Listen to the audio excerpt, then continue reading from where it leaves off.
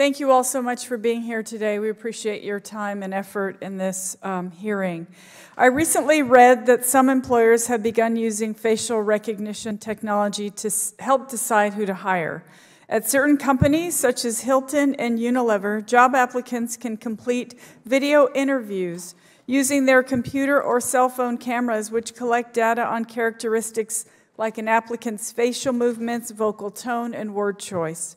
One company offering this technology, HireVue, collects up to 500,000 data points in a 30-minute interview. The algorithm then ranks the applicant against other applicants based on the so-called employability score. Job applicants who look and sound like the current high performers at the company receive the highest scores. Ms. Whitaker, I have two questions for you. One, isn't it true that the use of facial recognition and characterization technology in job application processes may contribute to biases in hiring practices? And if yes, can you please elaborate? It is absolutely true.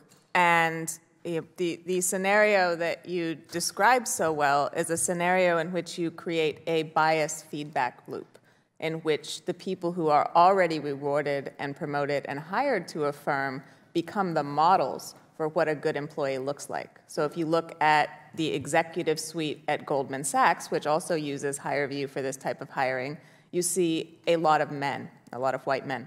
And if that becomes the model for what a successful worker looks like, and then that is used to judge whether my face looks successful enough to get a job interview at Goldman Sachs, we're going to see a kind of confirmation bias in which people are excluded from opportunity because they happen not to look like the people who had already been hired. Thank you so much for that. So, Ms. Whitaker, would you agree that granting higher employability scores to candidates who look and sound like high-ranking employees may lead to less diversity in hiring then? I would agree, and I would also say that that methodology is not backed by scientific consensus. Thank you. Ms. Leong, do you envision any privacy concerns that may arise when employers collect, store, and use the data generated from video job interviews? Yes. Thank you for the question.